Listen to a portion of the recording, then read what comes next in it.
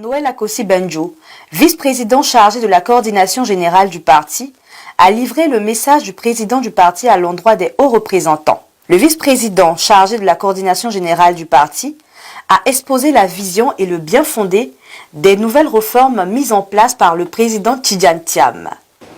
Je vais intervenir en tant que coordonnateur général pour vous dire quel est l'esprit de la réforme qu'on a faite au niveau de l'organisation du parti. Le parti a été structuré en deux blocs. Il y a ce qu'on appelle toute l'activité centrale de siège, composée du président et son cabinet.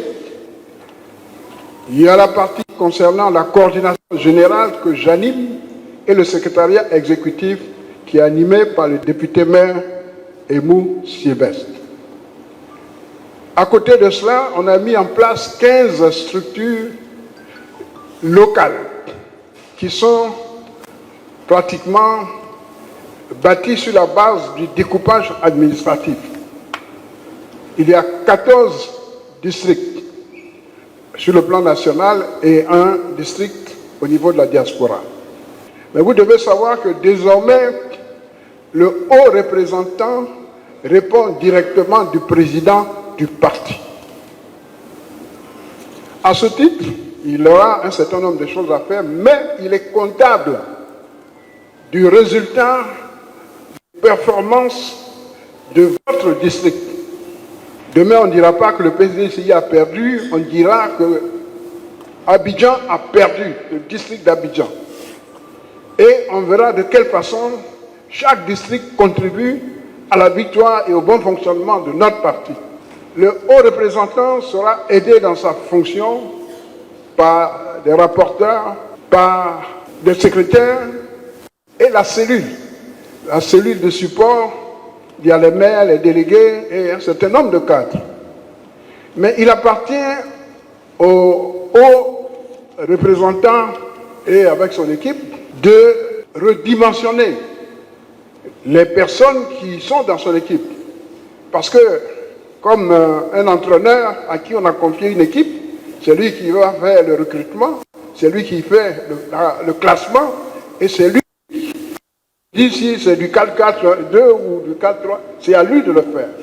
Parce qu'à la fin de la journée, c'est lui qui répondra devant le président.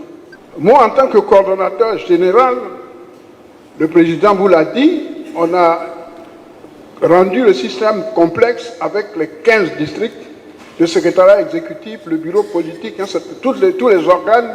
Je suis chargé de coordonner pour qu'il y ait une harmonie, pour éviter que les gens se marchent sur les pieds et que les décisions se contredisent.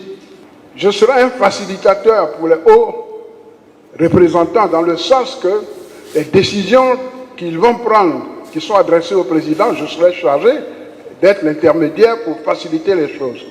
Avec le secrétaire exécutif en chef qui, lui, a tout le système pour vous apporter de l'assistance. C'est là-bas qu'il y a les secrétaires exécutifs qui ont des compétences techniques, qui doivent accompagner chaque district pour qu'il y ait des performances attendues. Il est prévu donc, à un moment donné, des périodes où on va regarder au tableau les performances de chaque district et chacun pourra expliquer pourquoi ces résultats ne sont pas à la hauteur. Dans cette articulation, les hauts conseillers que nous ne sommes pas hiérarchiquement au-dessus du haut représentant. Parce que lui, son chef, c'est le président. Nous, au niveau du haut conseil, nous sommes là pour l'aider, lui donner des conseils, l'orienter pour faire son travail. Parce que j'ai été dans certains districts où les hauts conseillers pensaient que le haut représentant dépendait d'eux.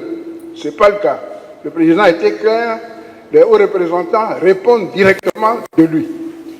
Je voudrais faire cette précision pour voir qu'il y a eu un changement. C'est un peu comme une entreprise, une multinationale où il y a le siège et les filiales. Donc il y a 15 filiales avec un directeur général, c'est à lui de se donner les moyens pour atteindre les objectifs.